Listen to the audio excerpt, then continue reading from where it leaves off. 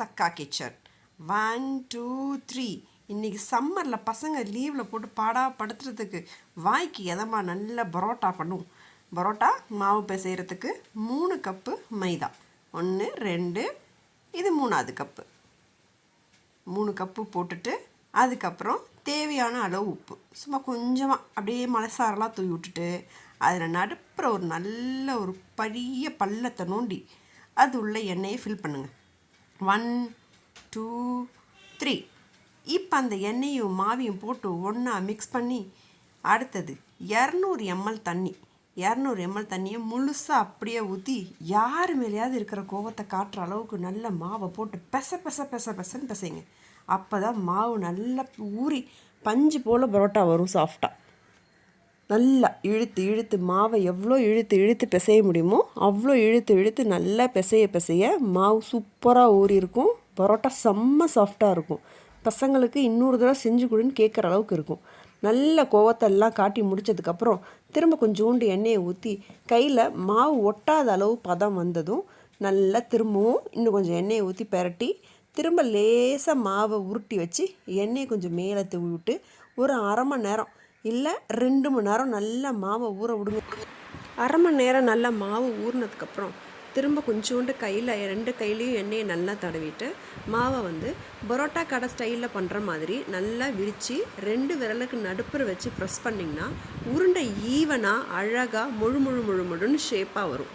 அந்த ஷேப்பை அப்படியே மெயின்டைன் பண்ணி இருக்கிற எல்லா மாவையுமே அதே மாதிரியே 1 by 1 அந்த ஷேப்புக்கு கரெக்டாக எடுத்து வைங்க. அப்படி பண்ணும்போது நமக்கு மாவோட ஷேப்பும் ஈவனாக இருக்கும், சைஸும் நமக்கு ஈவனாக இருக்கும். அவ்வளோதான். இப்போ இந்த மாதிரி பெரட்டி நல்லா உருட்டி ரவுண்டாக தேய்ச்சி வச்சுட்டு நல்ல ஒரு சமமான சர்ஃபேஸு அதில் நல்லா தொடச்சி க்ளீன் பண்ணிவிட்டு நல்லா எண்ணெயை தடவிட்டு ஃபஸ்ட்டு ஒரு பரோட்டா எடுத்து எண்ணெயை கையில் டிப் பண்ணிவிட்டு நல்லா வீசுங்க. 2 கை, ஒரு கை மேலே ஒரு கை கீழே வச்சு அழகாக வீச மாவு நல்லா விரிஞ்சு வரும். விரிஞ்சு ஈவனாக பரோட்டா போடுறதுக்கு வரும். அப்படி சப்போஸ் வீச தெரியல அப்படின்னா சப்பாத்தி கல்லில் வச்சு நம்ம சப்பாத்தி தேய்க்கிற மாதிரி தேய்ச்சி கூட இந்த மாதிரி போட்டு சுற்றி எடுத்து வச்சிடணும்.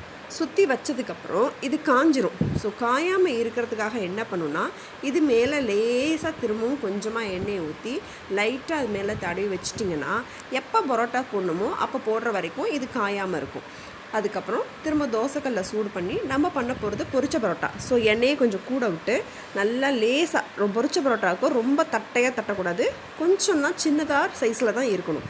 அதே மாதிரி கொஞ்சம் குண்டாக இருக்கிற மாதிரி பார்த்துட்டு பரோட்டா நல்லா தட்டிட்டு எண்ணெயை நல்லா கூட விட்டு அந்த ஒன்றா எடுத்து தோசைகளில் போட்டு மிதமான சூடு கொடுங்க. அப்போ தான் உள்ளேயும் வேகும் வெளியிலையும் செவக்கும், நல்லா கிறிஸ்பியாக இருக்கும் இந்த பரோட்டா.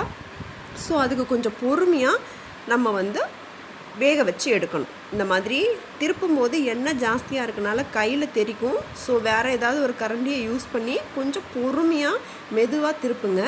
2 சைடும் கோல்டனாக வரணும், உள்ளுக்குள்ளே நல்லா வேகணும். அதுக்கப்புறம் எடுத்து வச்சு இந்த கடைங்களெல்லாம் தட்டுற மாதிரி சைடில் வச்சு தட்டுனிங்கன்னா பரோட்டா நம்மளுது சூப்பராக ரெடி ஆகிடுச்சு. இப்போ இதை சிக்கன் சால்னாவோடு வச்சு சாப்பிட்டா அட்டகாசமாக இருக்கும். செம்ம எம்மி டேஸ்ட்டுங்க. வாயில் எச்சி ஊறுற அளவுக்கு இருந்துச்சு. நல்லாவே என்ஜாய் பண்ணி சாப்பிட்டோம். இந்த சால்னாவை நான் உங்களுக்கு திரும்ப செஞ்சதை போட்டிருக்கேன், டிஸ்கிரிப்ஷனில் உங்களுக்கு லிங்க் கொடுக்குறேன், அதையும் போய் செஞ்சு பாருங்கள். அட்டகாசமான டேஸ்ட்டு, வேறு லெவல். ட்ரை பண்ணிட்டு சொல்லுங்கள். சப்ஸ்கிரைப் பண்ணுங்கள், எங்கள் சேனலை சப்போர்ட் பண்ணுங்கள். இது வரைக்கும் வீடியோ பார்த்ததுக்கு தேங்க்யூ.